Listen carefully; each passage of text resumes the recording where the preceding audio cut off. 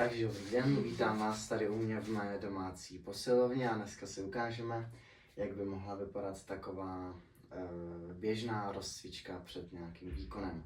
Vítám tady ve studii mého cvičence, který nám bude ukazovat, jak by to mohlo vypadat. Ze všeho nejdřív, než se začneme protahovat, rozcvičovat, je potřeba se zahřát, takže vás poprosím, abyste mi tady udělala 10 panáků.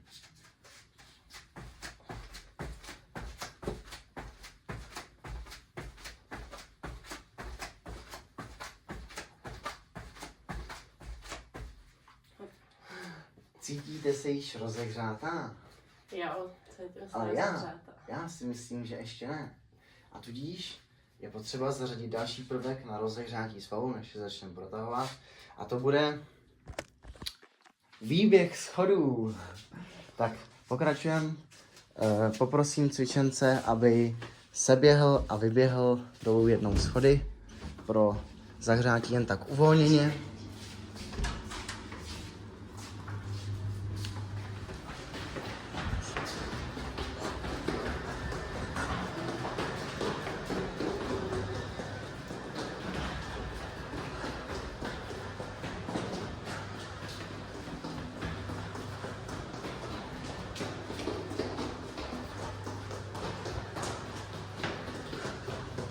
To stačí.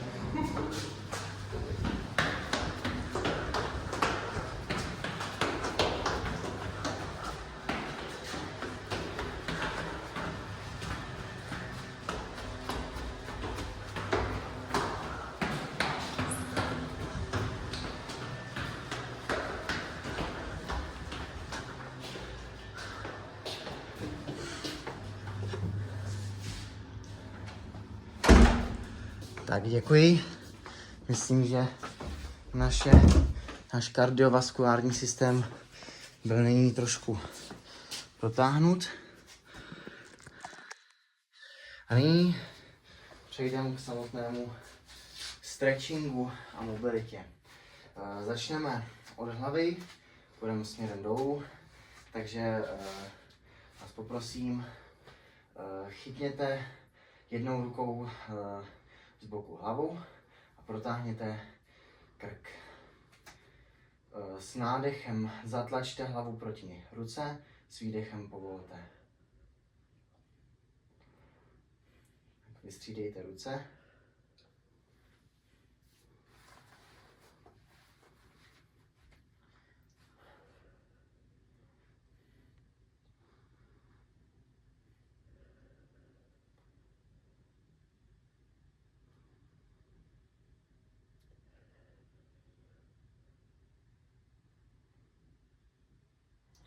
Tak, nyní vás poprosím, dejte svoji levou ruku na rameno, na pravé rameno a druhou rukou zatlačte do levé ruky směrem dozadu, abyste protáhla triceps. Tak a teďka směrem, snažíte se dát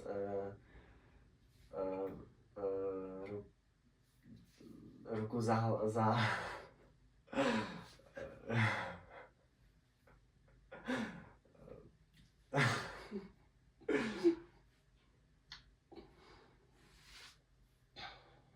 opět s nádechem tlačíte proti sobě s výdechem. Povolujete. Uděláte 3krát a vyměníte ruce.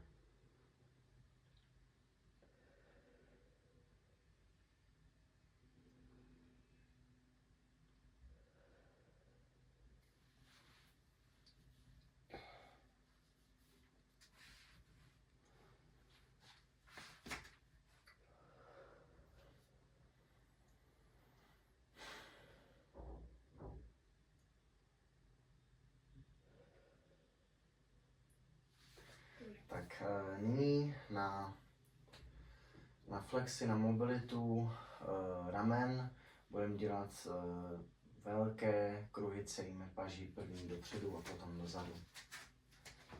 Stačí 3krát na každou stranu. Kontrolovaný pohyb, ne sekavý.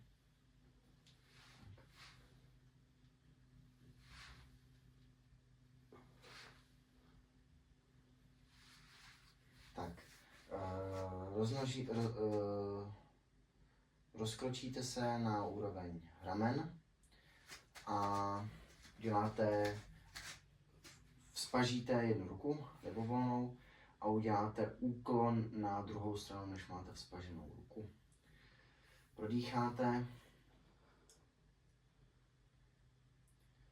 Tak, teďka se narovnejte a za tou rukou, co máte vzpaženou, se vytáhněte, co nejvíc to je. Tak. Dobrý, vystřídáme ruce a boky.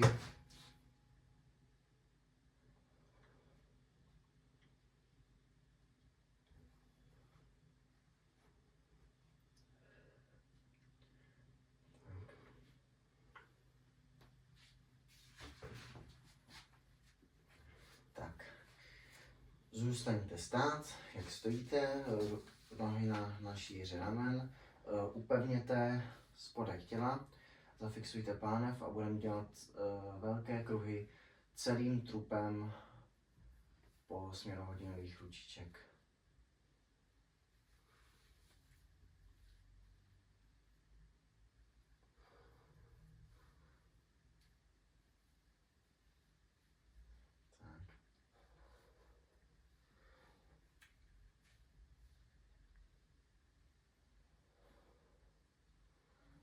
Paráda. Přichystávám tady opěrku, pokud bude potřeba. Stopněte si na jednu nohu a druhou nohu si chytíte rukou, protáhneme přední sval stehení, takže budete tlačit patu k zadku. Tu rukou si to tam můžete přidržet, pokud budete potřebovat tady možnost opěrky.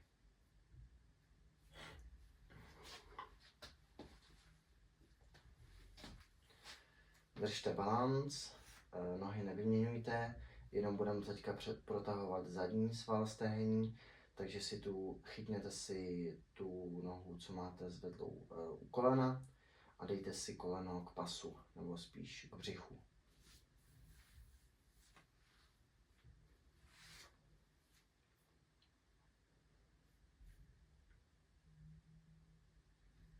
Se podívám, jak jsme na tom s časem.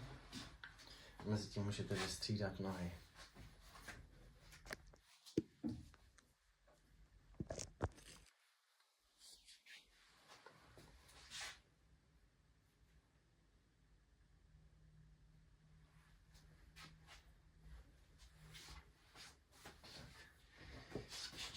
Chcete ještě nechat opěrku? No, dobrý.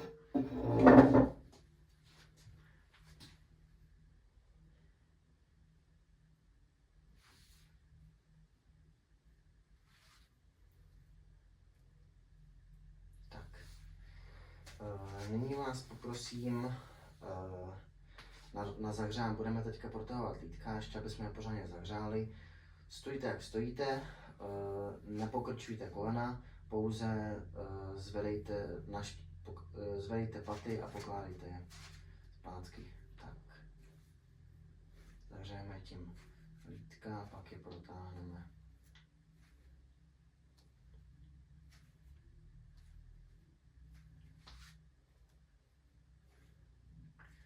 Tak, v pořádku. Poprosím vás, abyste si sedla na karimatku.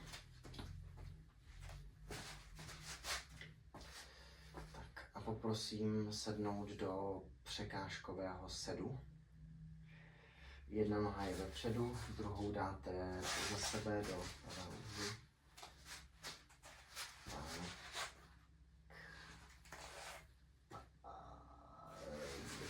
Tak, to je překážkový set, no. Tak a pomalu, necukat se, ohněte ke kolenu přednímu a prodýchávejte.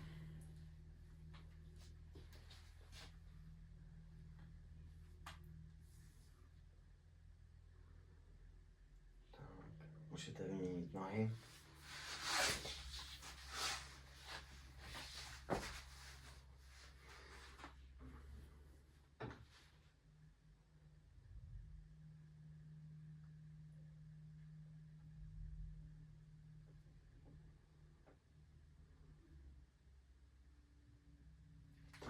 Nyní vás poprosím, abyste si opět sedla, posunula se úplně nejvíc dopředu, co to půjde, na tu stranu. Tak, dobré. A teďka si lehněte na záda a proveďte hluboký leh vznesmo, neboli dejte nohy za hlavu.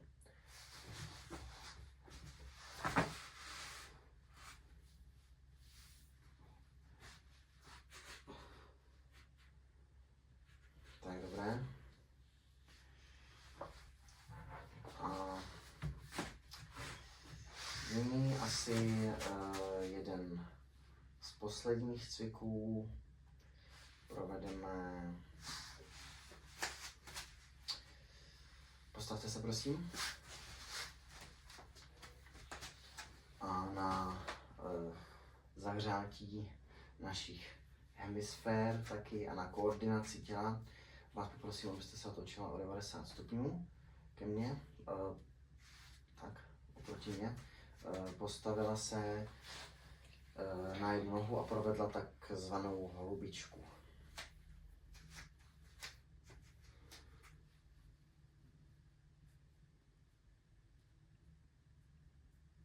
Tak. Střídejte nohy.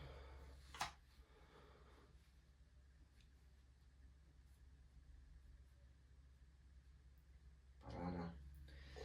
Tak já vám děkuji za váš čas. Věřím, že se rozcvička povedla.